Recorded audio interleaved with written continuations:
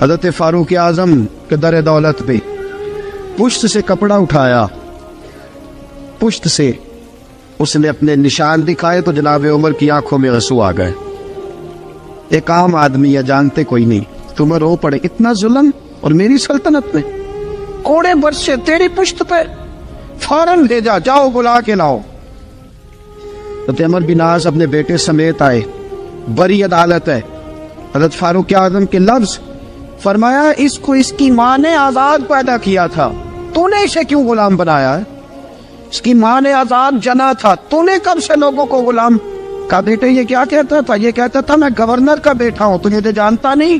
فرمایا اب یہ بڑی عدالت ہے، کوڑا پکڑ اور اس گورنر کے بیٹے کی پشت پہ برسا اور اسے کہہ تو گورنر کا بیٹا ہے، میں محمد کا غلام ہوں صلی اللہ تعالی علیہ وسلم۔ اسے بتا، اسے اب بتلا کہ تو گورنر کا بیٹا ہے نا، میں نبی پاک کا غلام ہوں، اور جو مصطفیٰ کے غلام ہوتے ہیں وہ سارے برابر ہوا کرتے ہیں۔ حضرت فاروق اعظم کا عدل، جناب فاروق اعظم کا انصاف، جناب فاروق اعظم رضی اللہ تعالیٰ عنہ، روم کا ایلچی آیا نا حضرت عمر فاروق کے پاس، تو وہ کہتا ہے میں پیغام لے کے آیا اپنے بادشاہ کا، اور میں سفیر تھا، میں بڑے ملکوں میں گیا، بڑے بادشاہ دیکھے، بڑے امیر دیکھے۔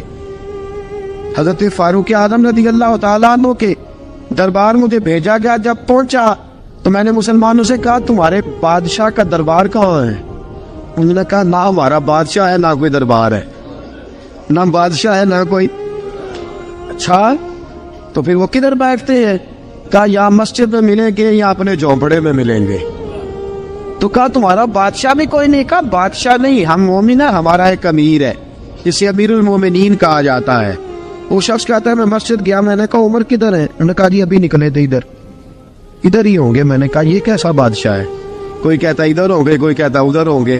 یہاں تو صوبائی وزیر صاحب سڑک سے گزرے تو سارے روڈ 3 گھنٹے بلاک رہتے ہیں، اور یہ کیا چکر ہے کہ لاکھوں مربع میل کا حکمران، کوئی کہتا اس گلی میں گیا، کوئی کہتا اس گلی میں گیا، یہ کیسا بادشاہ ہے؟ کدھر ہے عمر؟ انہوں نے کہا یہی تھا۔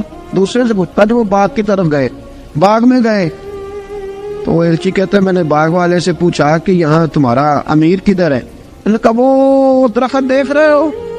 کہا حضرت دیکھ رہا ہوں۔ اس درخت کے نیچے وہ ایک شخص جو سویا ہوا ہے نا، مٹی کا ڈھیلا سرہانہ بنا کے، وہ درخت کے نیچے مٹی کے ڈھیلے کا سرہانہ بنا کے جو بندہ سویا ہے وہی ہمارا امیر ہے۔ وہ سامنے حضرت سیدنا عمر فاروق کے پاس وہ بندہ جا کے کھڑا ہو گیا، وہ کہتا ہے کہ پسینہ گر گر کے نا مٹی کے ڈھیلے پہ گارا بنا رہا تھا، پسینہ گر گر کے مٹی کا ڈھیلا، وہ تر تھا۔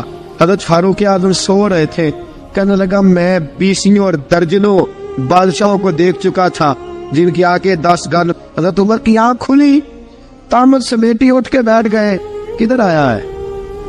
کہنے لگا حضرت جی آیا تو کسی اور کام تھا، آیا تو کسی، لیکن اب کام کوئی اور بن گیا ہے۔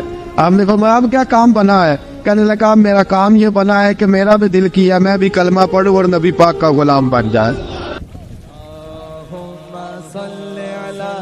سيدنا ومولانا محمد اللهم صل على سيدنا ومولانا محمد اللہ کے شیر ہے در کرار پر درود اللہ کے شیر ہے در کرار پر درود اللہ کے شیر ہے در کرار پر درود حضرت حسن حسین کے کردار پر درود اللہم صلی علی سیدنا و مولانا محمد وعلا سیدنا علی و سیدتنا فاطمہ و سیدتنا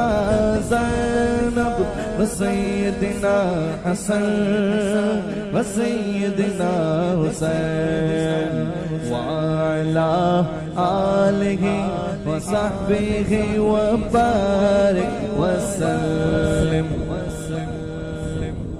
زینب کی بارگاہ میں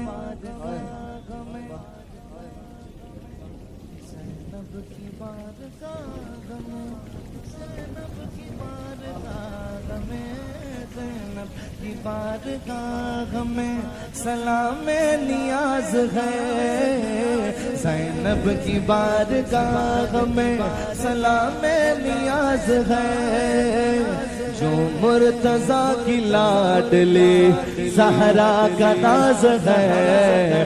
اللہم صلی علی سیدنا و مولانا محمد وعلی سیدنا علی و سیدتنا فاطمہ و سیدتنا زینب و سیدنا حسن و سیدنا حسین۔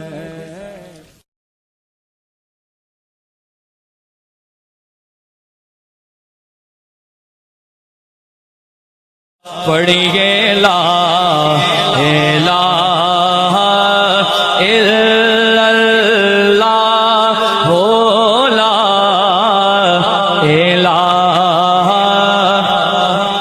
الا اللہ۔ کسی نے پوچھا